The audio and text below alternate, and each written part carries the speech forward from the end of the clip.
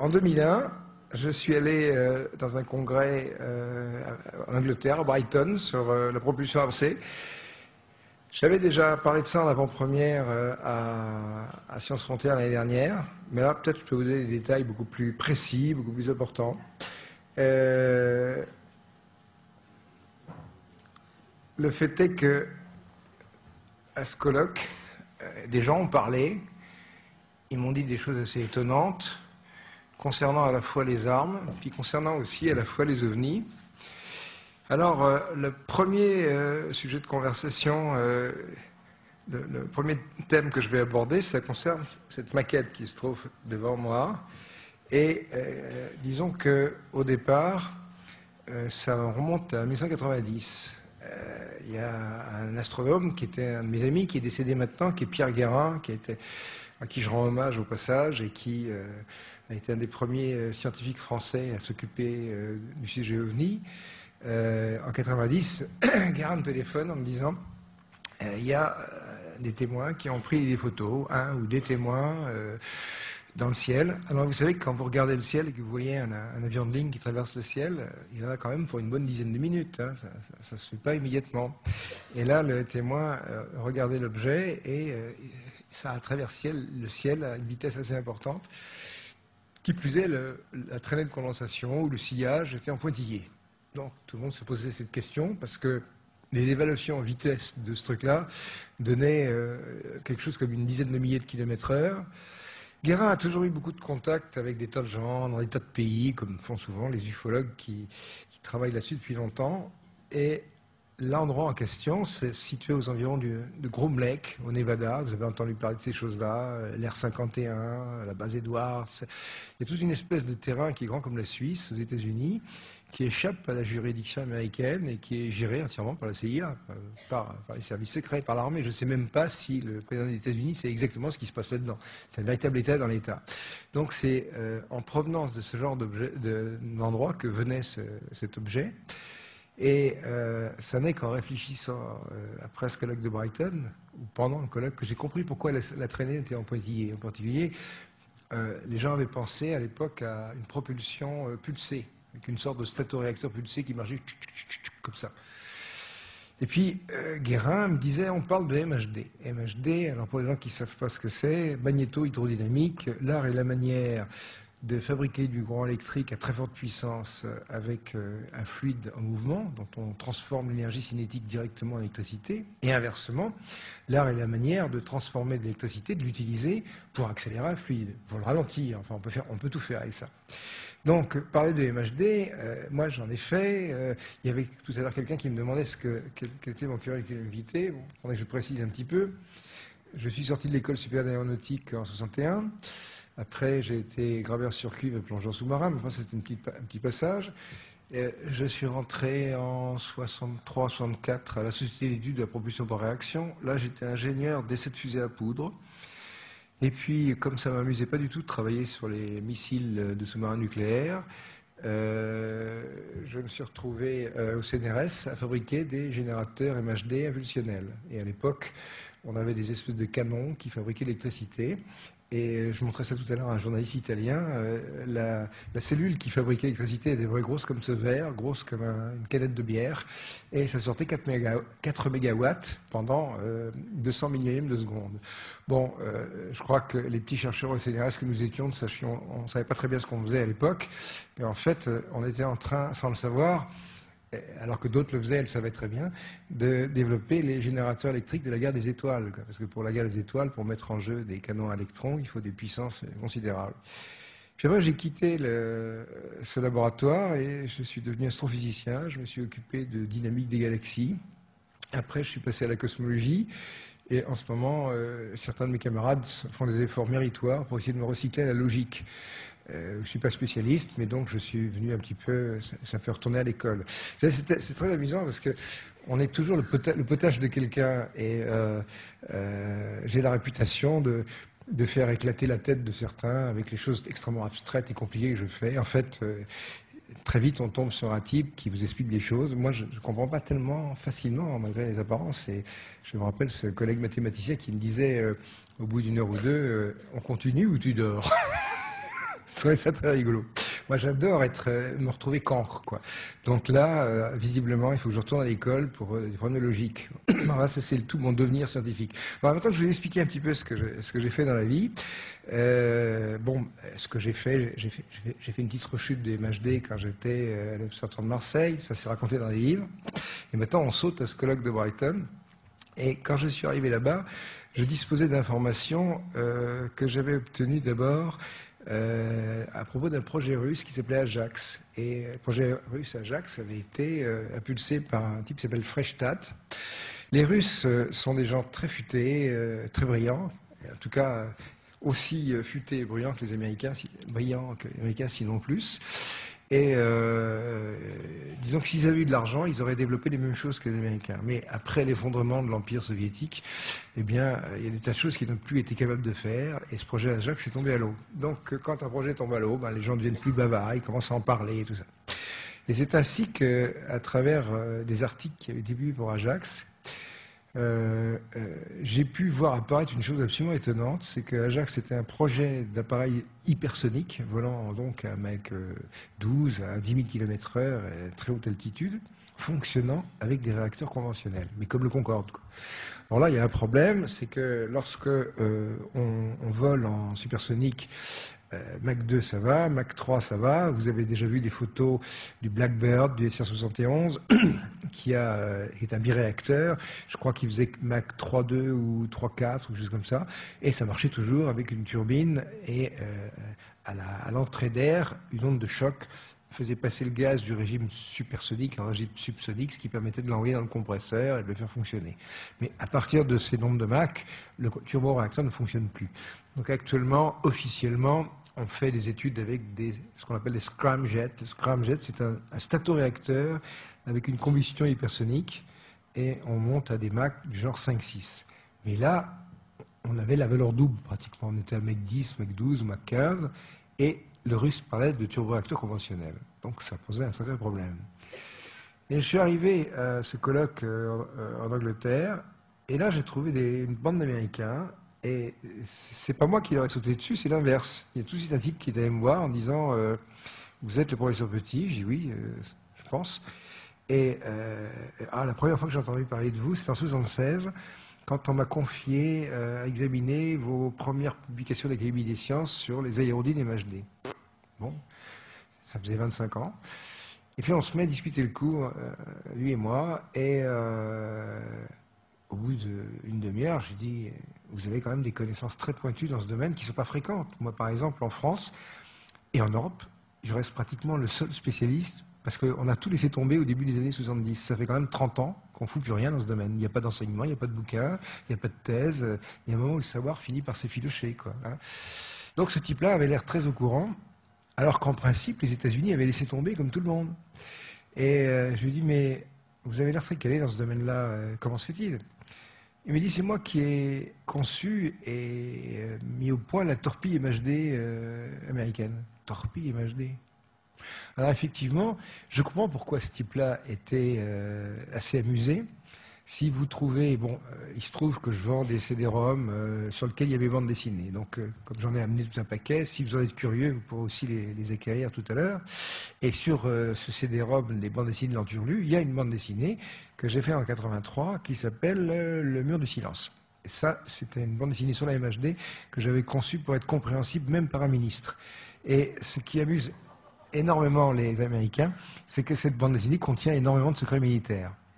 Pour donner un exemple, mon vieil ami Tonio Oppenheim, qui s'occupait de mécanique des fluides à l'université de Berkeley, m'avait invité à faire un séminaire en 86, je crois, quelque chose comme ça, à l'université de Berkeley.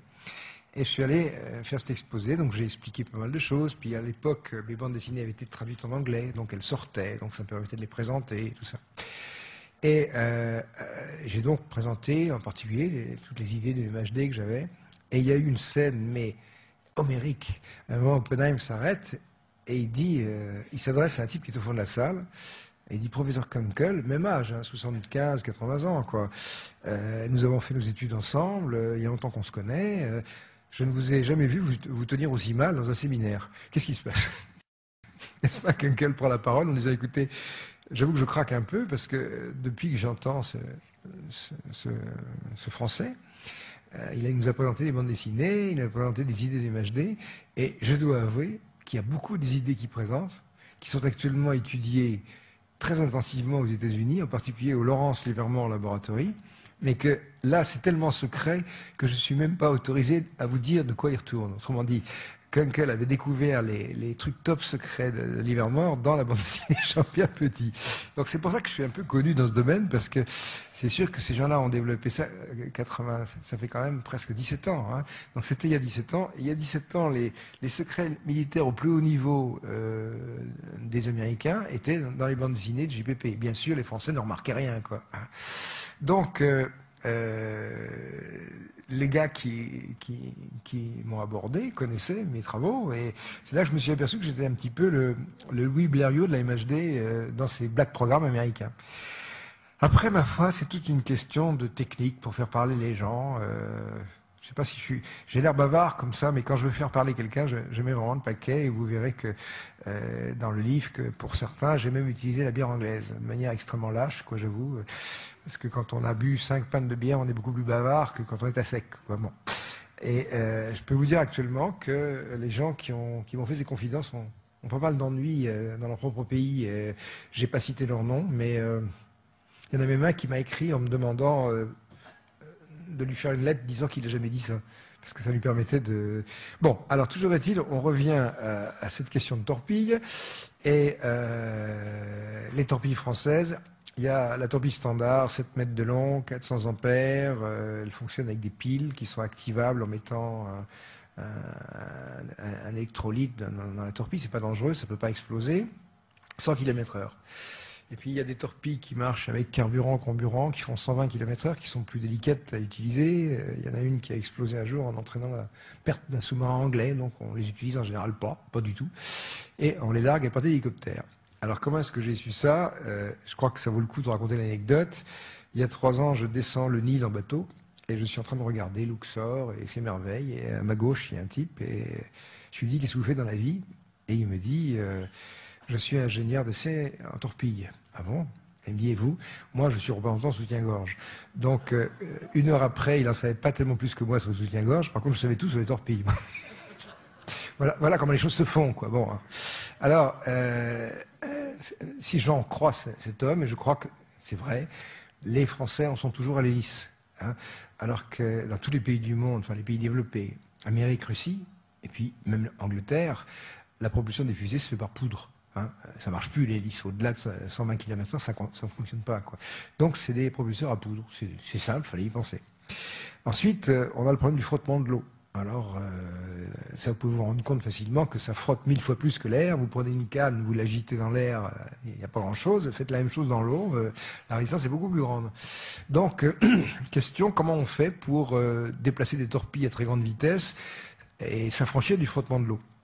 Eh bien, c'est simple. À l'avant, on a un générateur de gaz, une espèce de petite fusée, qui crache des gaz à 2-3 000 degrés. Ces gaz se mélangent à l'eau de mer, vaporisent l'eau de mer, et la torpille se trouve entourée d'une espèce de gaine de vapeur d'eau de 20 à 30 cm d'épaisseur, et elle se balade là-dedans à toute berzingue.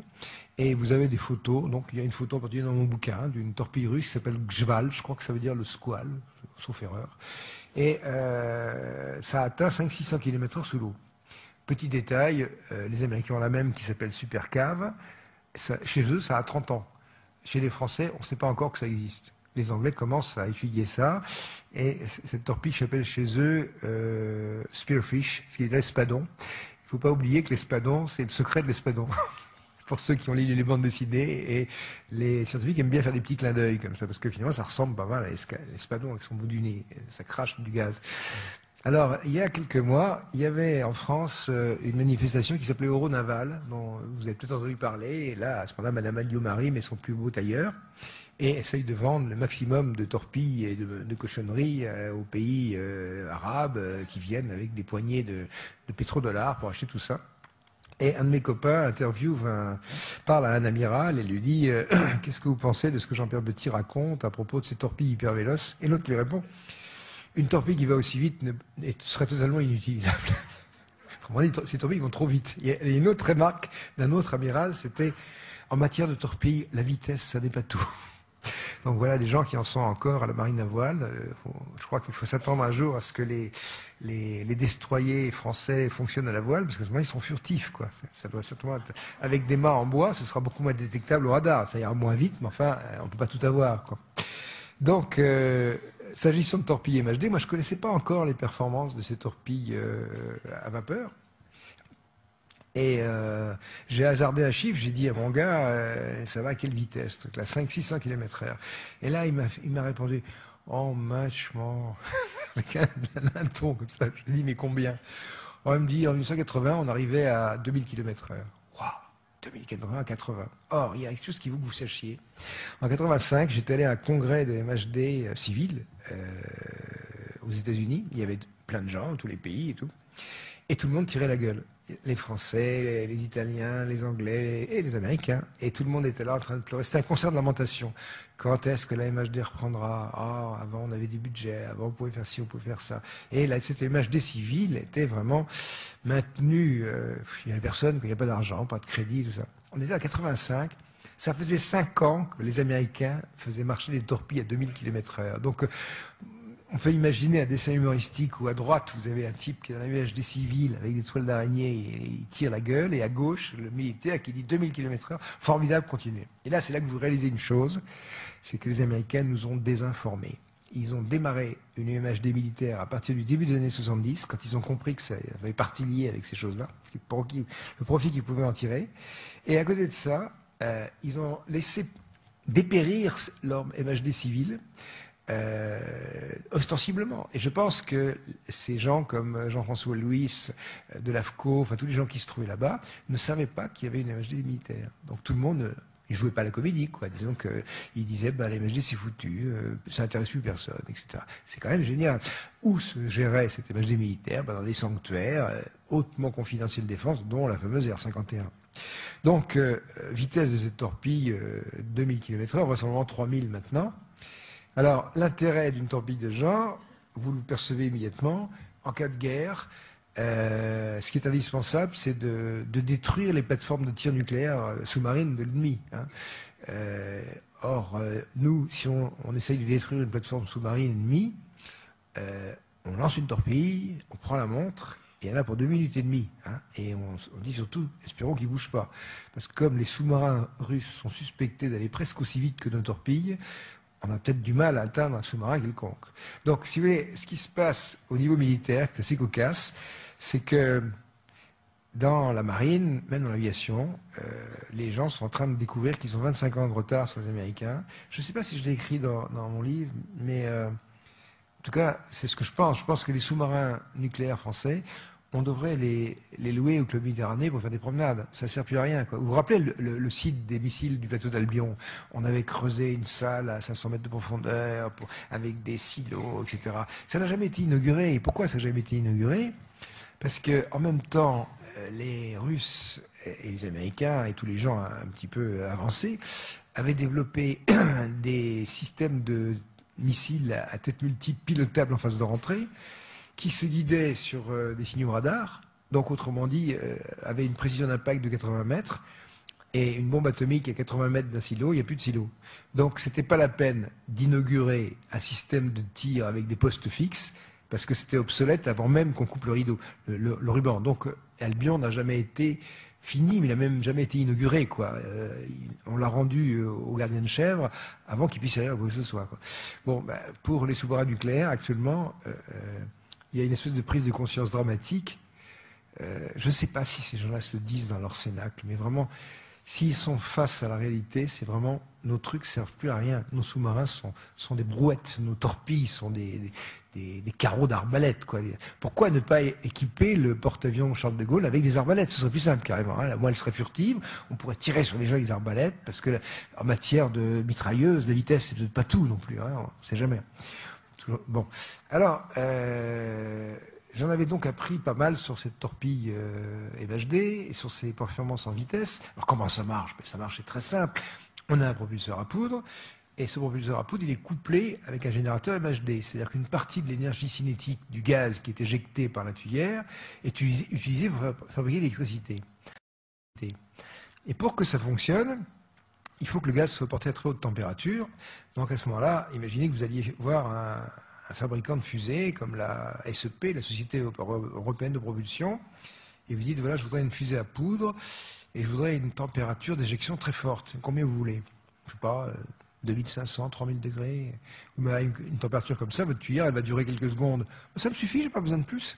Ben oui, les torpilles MHD américaines, elles ont 5-6 secondes de durée de vie. Elles vont tellement vite qu'elles atteignent leur cible au bout de quelques secondes et non pas au bout de quelques minutes, quoi. Donc, avec ça, on fabrique de l'électricité. Et cette électricité, on l'envoie vers l'avant de la torpille, où il y a à ce moment-là des systèmes d'accélérateur MHD pariétal qui aspirent la flotte.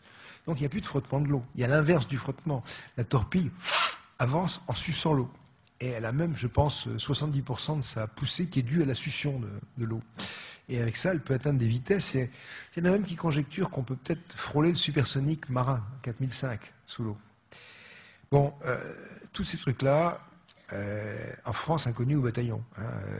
Alors c'est drôle parce que quelquefois, il y a des gens qui me disent, mais vous avez été proposé ça à l'armée.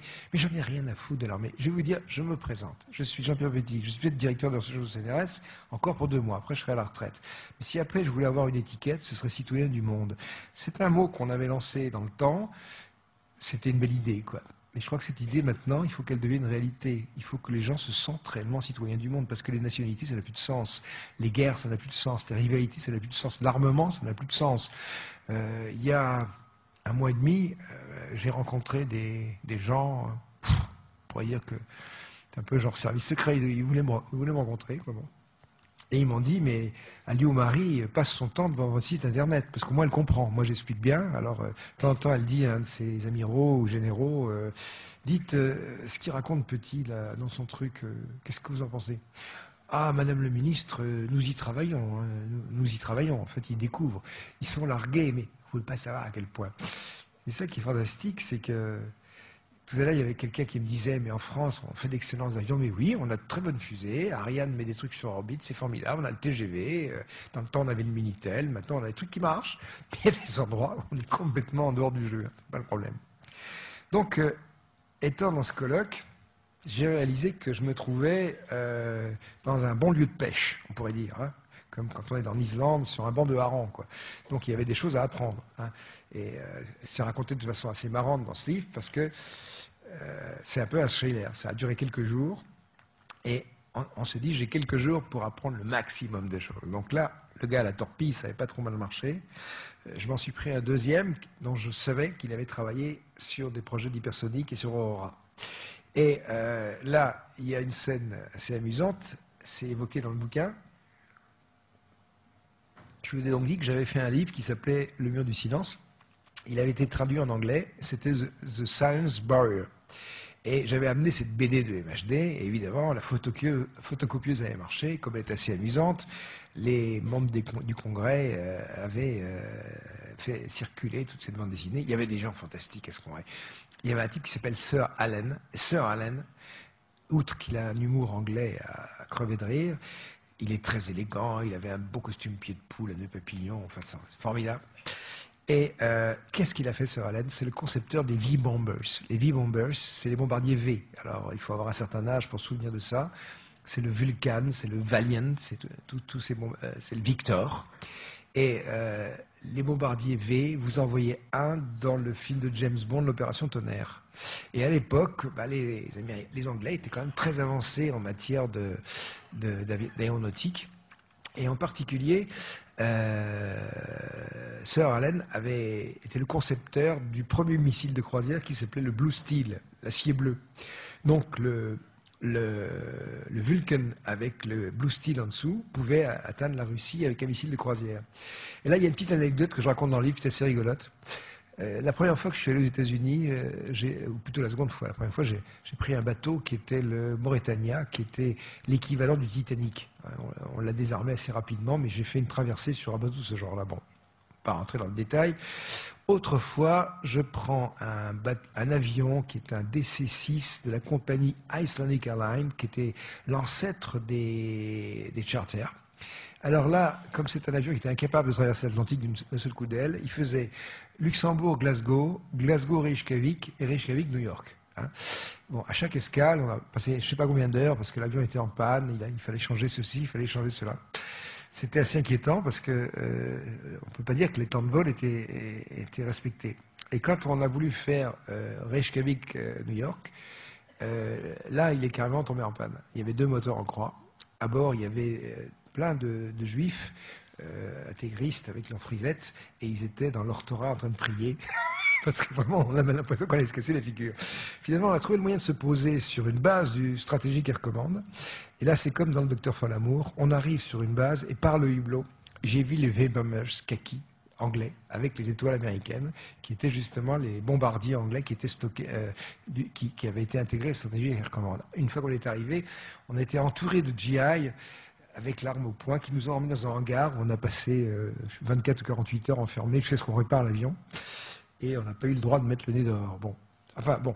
Là-bas, il y avait donc des types comme Sir Allen, qui était... Et il y avait ce type dont je suis... Alors, Sir Allen avait été très enthousiaste pour cette BD, Le mur des silences. Et je rencontre cet Américain qui me dit « Oh, est-ce que vous pourrez me passer une copie de votre bande dessinée? Parce que je l'ai vaguement entrevue, c'est très intéressant. » Et à ce moment-là, j'ouvre la BD, page 36.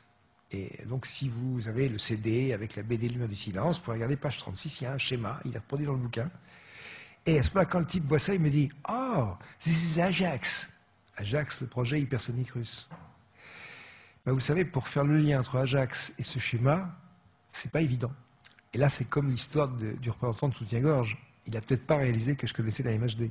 Et je lui ai répondu du tac au tac, ouais, c'est aussi Aurora, et vous en êtes occupé, c'est le système de générateur pariétal et tout ça. Et là, le type a été un peu déstabilisé, ça m'a permis de le faire parler pas mal. Et puis, j'ai investi, je lui ai offert une bande dessinée originale en échange d'un dîner en tête-à-tête. Et au cours de ce dîner en tête-à-tête, j'ai fait un pari avec lui. Je lui ai dit, écoutez, on va discuter le coup, et si j'ai raison, on va se prendre chacun une grosse panne de bière anglaise, vous buvez, sinon c'est moi. Il m'a répondu, OK, cowboy. Et 1h30 après, je savais tout. Alors, voilà ce que j'ai appris là-bas.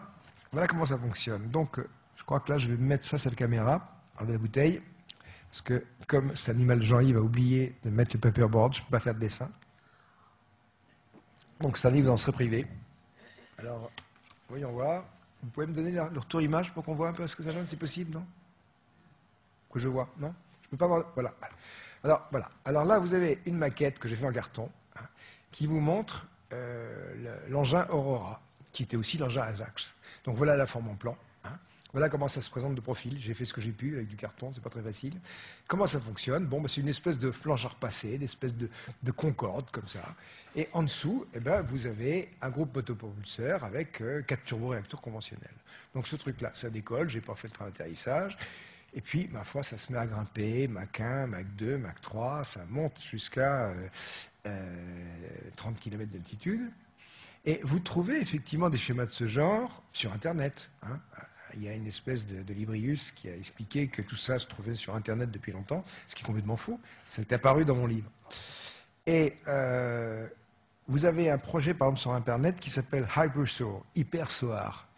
Ça doit se trouver à hypersoar.org ou un truc comme ça. Vous pouvez le trouver facilement. Et on voit effectivement une machine de ce genre, avec des performances qui sont décrites, qui sont assez similaires, avec un groupe motopropulseur qui est fixé de la même façon. Simplement, on présente ça comme un projet, alors que ça vole depuis 13 ans. Ça, c'est génial. Les Américains nous prennent pour des billes. C'est extraordinaire, moi je trouve ça fantastique. C'est quand même extraordinaire de dépenser de l'argent pour faire des pseudo-essais en essayant de faire croire aux Européens qui s'apprêtent à s'engager dans l'aventure de l'hypersonique, alors que c'est un truc qui domine complètement. Ensuite, quand vous regardez le projet Hypersoar, eh ben, vous voyez que le groupe motopropulseur, c'est un groupe de statoréacteurs qui fonctionne en scramjet avec de l'hydrogène liquide qui est censé refroidir les bords d'attaque et alimenter ensuite le réacteur. Tout ça étant à l'étude. Or, la technique scramjet actuellement, ça ne permet pas de dépasser Mach 6,5. Or, ce truc-là est donné pour Mach 12 ou 15. Donc, il y a un problème. Comment on fait les 6 points de Mach supplémentaires? C'est pas dit dans la chanson. En fait, c'est pas comme ça que ça marche. Et l'idée clé, c'était la confidence de Freistadt sur le fait que c'était des moteurs à turboréacteurs conventionnels qui fonctionnaient. Et le secret, n'en déplaise aux gens qui ont écrit un peu partout, dans des sites ou ailleurs, que c'était bien connu. Non, c'est pas bien connu. Et bon, je me suis amusé à le lâcher dans mon livre. Et même chez ce brave Tapie, dans l'émission de Tapie, j'ai dit à Bernard Tapie, c'est la première fois qu'on verra ces images à la télé, hein, effectivement. Alors voilà l'engin. C'est-à-dire que là, vous aviez Aurora au décollage, avec ses entrées d'air ouvertes. Et puis tout d'un coup, vous voyez la maquette à côté, vous voyez que les entrées d'air se sont fermées. Là. On a fermé les entrées d'air inférieures. Et à ce moment-là, il y a une entrée d'air MHD qui s'ouvre au-dessus. Là, on la voit bien. Faites un peu un gros plan qu'on voit comment c'est foutu là. Hein. On peut zoomer un peu, voilà, grossissez, grossissez. Voilà, parfait. Donc vous voyez comment ça se passe. Vous voyez que vous avez, à l'avant, j'ai représenté en jaune, des électrodes. C'est assez schématique. Vous avez cette entrée d'air, et à l'intérieur, on voit que cette entrée d'air, elle communique avec le turboréacteur conventionnel. Alors, qu'est-ce que c'est que cette entrée d'air MHD? On va la mettre de profil comme ça. Vous avez des électrodes. Bon, c'est pas comme ça en quelques minutes à l'écran et dans cette salle que je vais pouvoir vous expliquer comment ça fonctionne. Vous trouverez ça dans l'annexe scientifique de mon livre, ça vous expliquera comment ça fonctionne.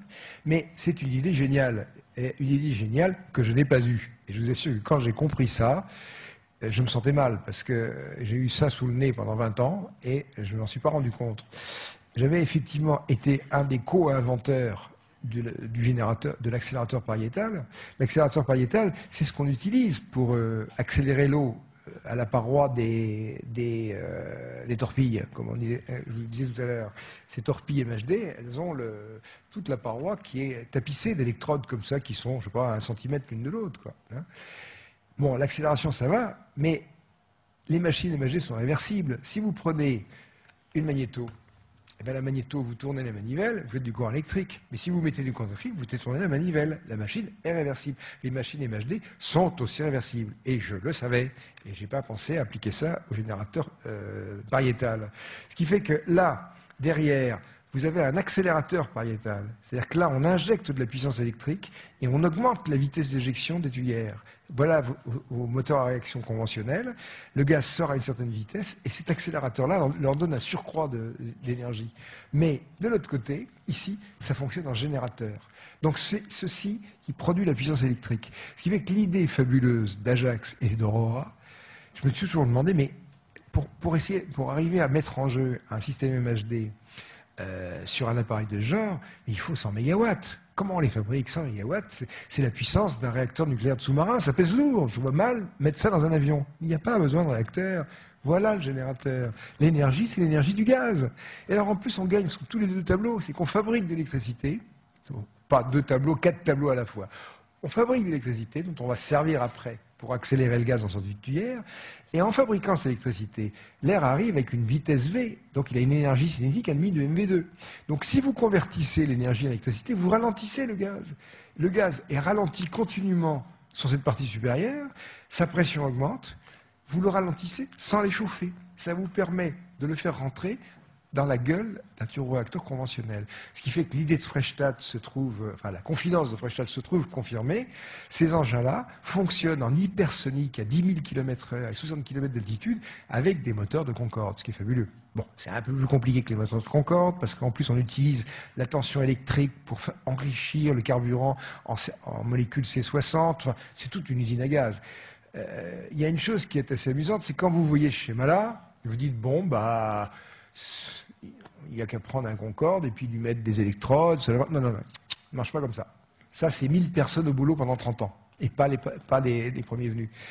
C'est un retard irrattrapable pour les Européens. Pas forcément pour les Français, mais pour les Européens. Même si les Européens pouvaient se mettre tous ensemble, ils ne rattraperont jamais les Américains. Surtout que les Américains, ils continuent. Ils n'en sont plus là. Ils sont bien en avance. Vous savez, quelquefois, quand ils montrent des choses, on avait tendance à se dire, s'ils montrent ça, c'est qu'ils ont mieux.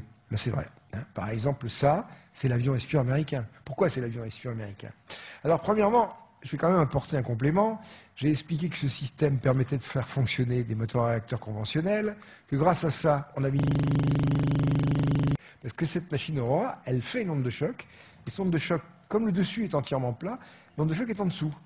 Et c'est ce qu'on appelle un wave rider. Un wave rider, c'est une machine qui marche en surfant sur son onde de choc. C'est comme une planche de surf, un truc comme ça. trouve en dessous et une surpression, et la machine peut voler comme ça.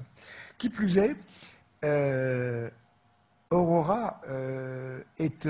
alors là, c'est merveilleux, c'est la dernière phrase que m'a dit ce gars quand il était rempli de pain de bière. Il était debout à côté de la table, il oscillait, et il m'a dit, et en plus, Aurora est satellisable. Ah bon? Comment? Grâce à la poussée donnée par des moteurs fusées additionnels. Donc, quand le truc atteint 10 000 km/h, eh ben, vous savez qu'à 28 000, on est satellisé.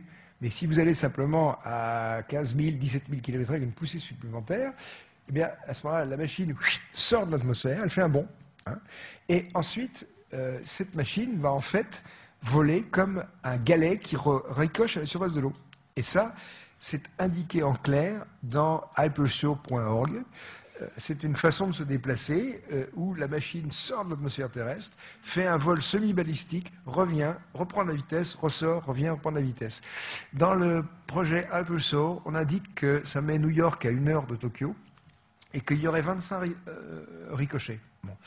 Ça, c'est un peu, je dirais, la version projet d'avion de transport, parce que ces engins-là, il faut bien vous dire une chose, c'est que ce sont les TGV de l'avenir. Hein.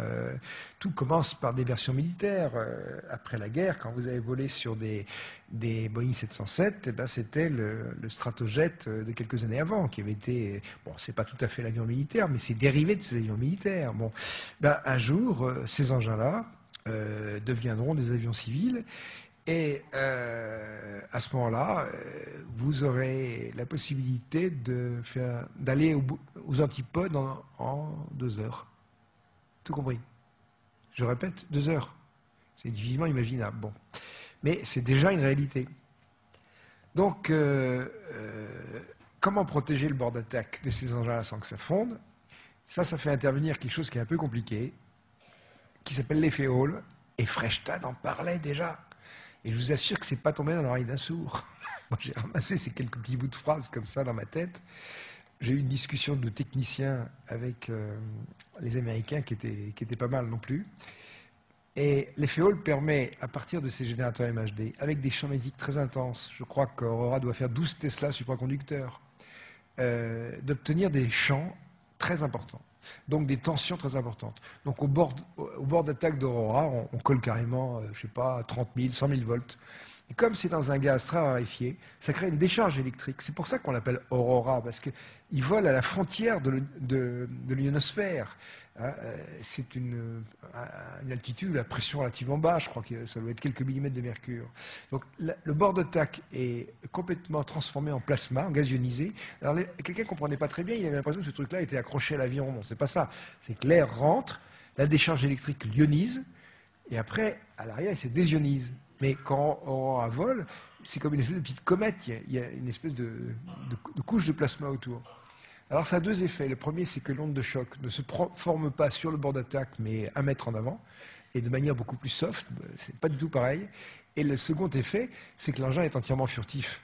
Hein, vous savez par exemple que quand les satellites rentrent dans l'atmosphère, il y a une phase qui dure quelques minutes, 4 minutes environ, pendant laquelle on ne peut pas communiquer avec ces engins. Et on ne peut vraiment pas communiquer. Si on pouvait communiquer par radar, on le ferait. C'est important de pouvoir communiquer avec des astronautes pendant qu'ils sont en train de rentrer. Et si vous avez vu les films comme L'étoffe des héros, ou par exemple plus récemment, c'est repassé à la télévision, là, Apollo 8, à un moment, ils sont en train de rentrer, on ne sait pas si leur bouclier thermique va tenir.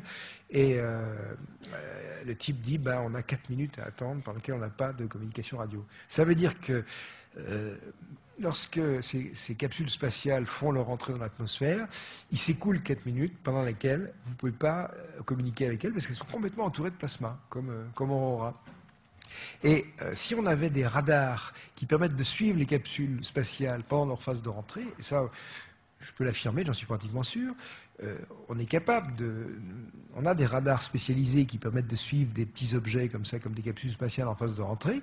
Eh bien, quand elles sont hors de l'atmosphère, on les détecte. Et puis, à un moment où elles rentrent dans l'atmosphère, elles sont entourées de plasma, et l'image radar devient floue. À la limite, il n'y en a plus du tout. Et je te donne un exemple. J'ai un ami journaliste aéronautique qui m'a parlé, alors je ne sais pas si c'est paru dans la presse ou pas, d'une détection d'Aurora ou de machines de ce genre-là qui a été faite au Canada, où on a encore une fois de plus photographié le sillage de l'engin. Donc il y avait une image optique, et quand on a braqué un radar, juste devant le sillage, il n'y avait rien. Donc c'était un rien du tout qui faisait un sillage. Simplement, comme c'était entouré de plasma, il n'y avait pas d'écho. Donc vous aviez un engin qui était totalement furtif. Alors, ma foi, j'avais pas mal appris de choses là-bas, et mes réflexions après ont continué avec un engin qui s'appelle le B2. Alors le B2, j'ai fait une maquette en carton qui est un peu abîmée parce qu'elle a déjà fait une émission de télévision. Gros plan sur le B2, s'il vous plaît. Zoom. Allez, allez. Voilà, encore. Voilà. Alors, vous connaissez la forme du B2, bizarroïde. Alors, la forme en dents de scie du bord de fuite, expliquée dans une annexe. Ça n'a rien à voir avec les écho-radars, ça le stabilise à l'atterrissage. Bon. Ensuite, ce B2, il est censé avoir un fuselage, que vous voyez là, au centre, et puis des capots moteurs. Hein. Et lorsqu'on le regarde de face, on ne voit pas les aubes de turbine. Il y a une plaquette qui s'appelle B2 Spirit in Action. Dans mon site internet www.jp-petit.com, vous pouvez trouver un dossier où vous avez tout un commentaire sur cette plaquette sur le B2. Et ça vous montre une chose, c'est que ces B2 qu'on vous montre, ce sont des leurres. Ce sont des leurres. C'est une machine qui est donnée pour coûter 2 milliards de dollars. Or, ce qu'on vous montre là ne coûte pas 2 milliards de dollars. Moi, je suis ingénieur d'aéronautique, j'ai fait Super Héros. Je me suis amusé avec des camarades à regarder toutes les photos qui étaient données à la loupe. Vous n'imaginez pas le nombre de conneries qu'on voit là-dedans qui montrent que c'est vraiment une espèce de trapanel qu'on a faite pour montrer aux sénateurs un bon machin subsonique, etc. Ça n'est pas le véritable appareil. Le véritable appareil, je vais vous le montrer, comme ça. Voilà. Le véritable B2, c'est ça. Il y a juste les entrées d'air que vous voyez là, ici, et puis les sorties de réacteurs. Et la machine, on ne peut pas rêver plus furtif, hein, c'est complètement plat, on ne voit rien. Alors, cette machine-là, eh bien, elle fonctionne de manière assez analogue à Aurora. C'est-à-dire que vous avez des parties qui marchent en générateur MHD, des parties qui marchent en accélérateur MHD. Autour, c'est entouré de plasma, c'est complètement furtif, un truc comme ça, il n'y a pas de problème. Et vitesse 10 000 km/h, altitude de vol 60 km/h. Le B2 est une machine plus lourde qu'Aurora, enfin a priori. Donc elle peut difficilement, je pense, faire cette espèce de vol en ricochet. Par contre, ce que j'ai découvert, moi, c'est qu'elle était plus sophistiquée que le B2, que Aurora. C'est une machine plus récente, d'ailleurs. Je crois que le véritable B2 a dû faire son premier vol en 97, alors qu'Aurora, c'était 90. Donc cette année, c'était écoulé. Alors, qu'est-ce qu'il y a sur Aurora d'extraordinaire? On a effectivement des parties qui marchent en générateur MHD. Cette tension électrique est appliquée au bord d'attaque et au bord de fuite. Et la décharge électrique est beaucoup mieux contrôlée que sur Aurora, où Aurora ne sert qu'à empêcher l'onde de choc de dévorer la machine. Là, cette décharge est une décharge plane qui doit faire peut-être 1 ou 2 mètres de long. Et elle a plusieurs propriétés, dont celle de varier la valeur locale de la vitesse du son. Et le B2 ne fait pas d'onde de choc. Donc c'est un engin totalement révolutionnaire. Je veux dire que le B2, c'est l'avion de transport de l'avenir. Et il y a dans la salle un journaliste italien qui m'a dit qu'il m'enverrait une lettre que des chercheurs, que des gens qui ont travaillé sur le B2 ont publié dans la revue Aviation Week and Space Technology. Et dans cette lettre, il regrettait que les technologies mises en œuvre dans le B2 ne soient pas injectées dans le domaine civil. Tout à l'heure, il y avait un monsieur qui me parlait d'un projet de Super Concorde.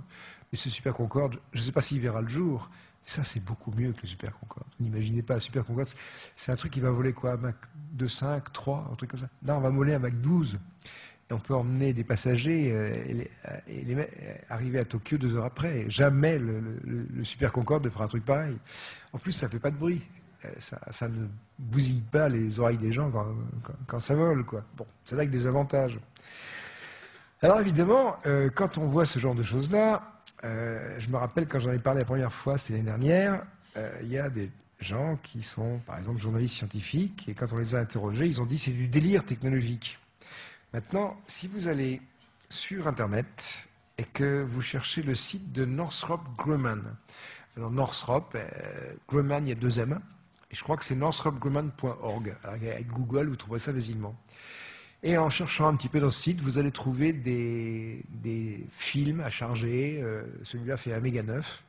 Il dure 1 minute 16, qui présente un certain nombre de réalisations de Northrop Grumman. Et il y a un film sur le B2. Donc, sur le film sur le B2, on clique. Si vous allez sur mon site, vous avez en GIF animé, donc lisible par tout le monde, vous n'avez pas besoin d'avoir un logiciel spécial pour le lire, vous avez la séquence animée clé, quoi, qui montre ce qu'il faut. Alors, il y a une belle musique extraordinaire, on voit le B2 en vol, c'est maniable, c'est formidable, ça décolle, ça vire autour des montagnes, tout ça. Qu'est-ce qu'ils sont beaux nos avions et tout.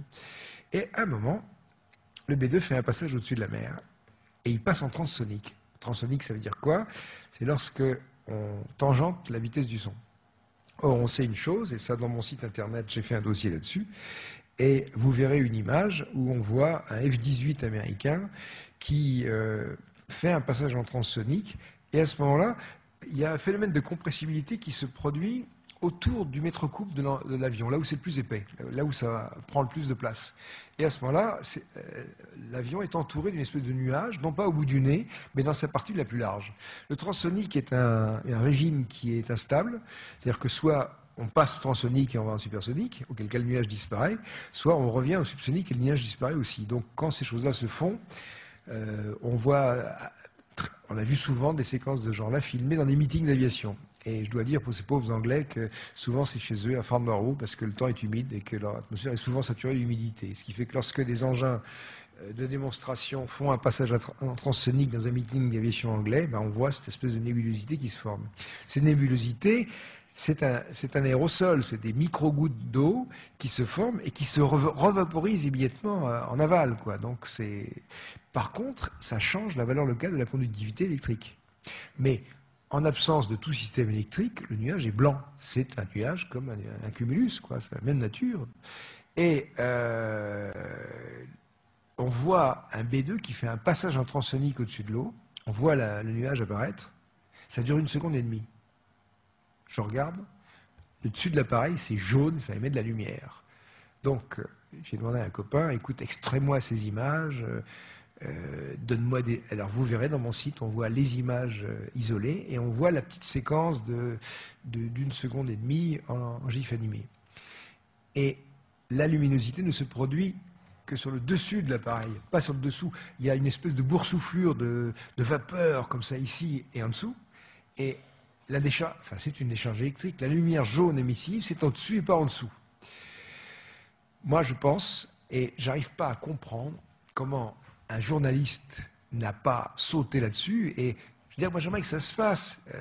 Ça m'est arrivé de rencontrer des journalistes qui m'ont dit oui, vous comprenez, c'est un peu embêtant parce que vous parlez d'armes et vous parlez d'OVNI aussi. Mais ne parlez pas de moi, parlez du B2.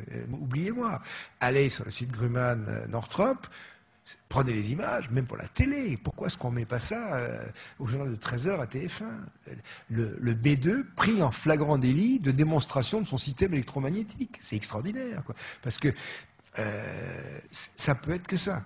Par exemple, lorsque j'ai mis ça sur mon site internet, dans les heures qui ont suivi, il y a un type qui est actuellement sur la base Edwards américaine qui m'a dit vous avez mis Northrop Grumman dans la merde parce qu'ils n'avaient pas prévu que cette séquence allait être mise sur leur film. Effectivement, dans toutes les autres images, vous ne voyez pas de décharge électrique. Parce que la décharge n'est pas visible de jour.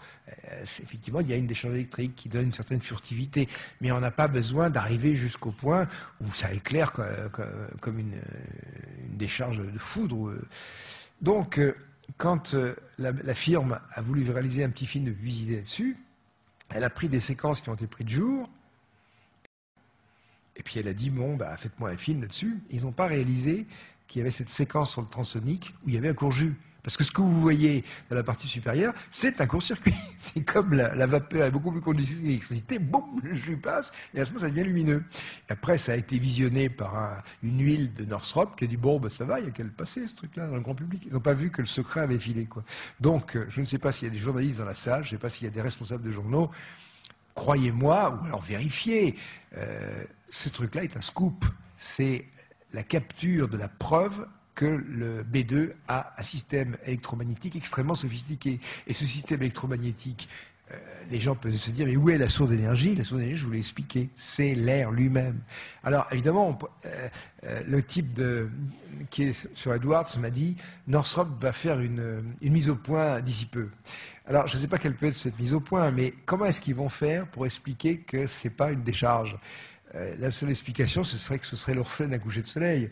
Or, comme c'est la partie supérieure qui est éclairée et pas la partie inférieure, ce serait un coucher de soleil spécial, le soleil se coucherait vers le haut, se coucherait vers le bas, quoi. C'est ce que j'ai dit dans le site. Bon, enfin, affaire à suivre, hein. Peut-être que vous trouverez dans la presse spécialisée une photo avec l'explication, la décharge du BD était due à un coucher de soleil inversé, quoi. Bon, peut-être.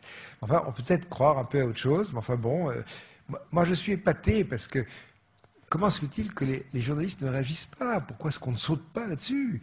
Il n'y a aucun risque, quoi. On peut même présenter ça comme une conjecture. Cette photo trahirait-elle la présence d'un système hyper sophistiqué américain, etc. Oui, à l'horaire, on va être vite. Bon. Alors, Jean-Yves me fait signe que, oh là là, vite, que l'heure a tourné. Donc, je ne peux pas vous raconter le quart de ce que j'avais de vous raconter. Je vais simplement, après... Quoi? J'ai un nausée demain, peut-être à l'atelier, je pourrais continuer. Mais maintenant, je vais quand même vous dire ce que j'avais de plus important à vous dire. Et Jean-Yves m'avait dit de le dire à la fin. Parce que... oui, il m'avait dit de le dire à la fin. 2003 va être une année importante. Ah oui, d'abord, il y a une chose, c'est que ce qu'on m'a raconté ces animaux d'Américains, c'est que cet engin-là, c'était rien d'autre qu'inspiré par l'épave récupérée à Roswell. C'est quand même un truc important. C'est eux qui me l'ont dit, carrément. Pour eux, c'est naturel, d'ailleurs. Hein. Depuis 1947, et même avant, ils savent parfaitement que c'est extraterrestre. Donc, ils ont désinformé le reste de la planète. Bon, je crois que vous l'avez déjà dit l'année dernière.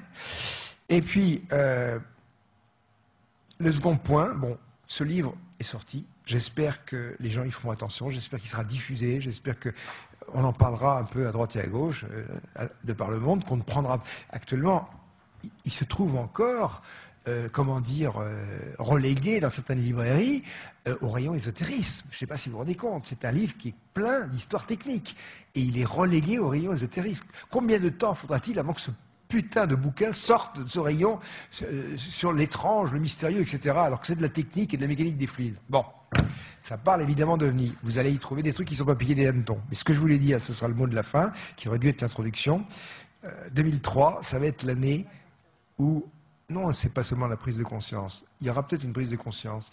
Mais je pense que... Alors, les choses vont mal sur Terre, puisqu'on a été en parler des colères de la Terre. Moi, il m'aurait fallu plus d'une heure pour vous expliquer un petit peu tout ça. Si je vous balance à travers la figure que les Américains ont des bombes antimatière, qu'ils ont exploré le système solaire en secret depuis 5 ans, qu'ils ont développé des bombes qui ont des puissances absolument inimaginables, tout ça, c'est raconté dans le bouquin. C'est à peine croyable, quoi. Et ça veut dire quoi? Ça veut dire que nos hommes politiques, nos leaders, ont entre les mains des joujoux extrêmement dangereux. C'est pas la peine d'espérer qu'ils vont devenir raisonnables. Hein. Même si l'Amérique s'affirme comme un leader absolu, vous commencez à peine à entendre parler des armes électromagnétiques capables de faire ci, de faire ça. Mais ça va beaucoup plus loin que vous ne l'imaginez. Les Américains sont capables de vitrifier un centre nucléaire à 1500 mètres de profondeur, avec des torches antimatière qui vont faire le trou. Hein. Bon, ça, ils ne le racontent pas. C'est ce que vous voyez apparaître à travers leurs déclarations en disant que on va utiliser des armements nucléaires de faible puissance. C'est des armes antimatière, c'est rien d'autre. Bon. Donc, face à une situation comme celle-là, on se dit qu'est-ce qu'on peut foutre? Alors, première réaction complètement idiote, on va faire pareil. Hein, on va faire. Qu'est-ce qu'on attend pour fabriquer un Aurora français, Cocorico, pour pouvoir enfin résister les géonies américaines? Non, c'est pas ça. Je crois qu'il faut que les terriens commencent à réagir un petit peu. Il faut que les gens qui ont un peu la tête sur les épaules se trouvent à travers la planète. Il faut qu'ils cessent de se considérer comme Irakiens, comme Français, comme Indiens, comme Papous. Il faut qu'on se considère comme des terriens, qu'on prenne conscience qu'on forme une ethnie unique, hein, et qu'on prenne le pouvoir vis-à-vis de ces choses-là. Vous savez, moi j'ai reçu une lettre en 91, une lettre des Humites.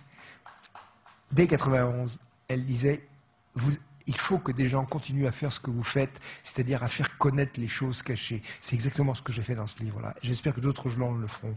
Mais il y a une chose, c'est que on ne s'en sortira pas si les extraterrestres ne filent pas un coup de main. Et je suis pas à elle. Hein. Je faisais beaucoup rigoler mon copain Elio tout à l'heure. qui me disait, alors, est-ce que tu vas pas passer pour un gourou? Oui, si on veut, mais un gourou de secours, si vous voulez. Hein. Non, mais j'ai pas une tête de gourou, enfin bon sang, c'est tout, quoi. Et même si j'ai joué peut-être un rôle de pionnier là-dedans, il y a des tas de Jean-Pierre Petit, il y a des tas de gens. On va se trouver à travers la planète. Des gens vont former un groupe, vont apprendre à être indépendants de cette désinformation. On ne peut pas se payer le luxe de frayer avec les militaires, c'est pas possible, ce sont des cinglés, quoi, c'est tout. Il faut qu'on apprenne à désarmer ces arsenaux. Il faut... Il n'y a pas de bon, il n'y a pas de mauvais, il n'y a pas d'ennemis héréditaires. Il faut que les fanatismes religieux s'atténuent un petit peu, tout ça. Il faut sortir un petit peu de tout ça. Nous avons créé une association, loi de 1901, qui s'appelle Opération Don Quichotte. Vous la verrez sur mon site. C'est un truc qui démarre.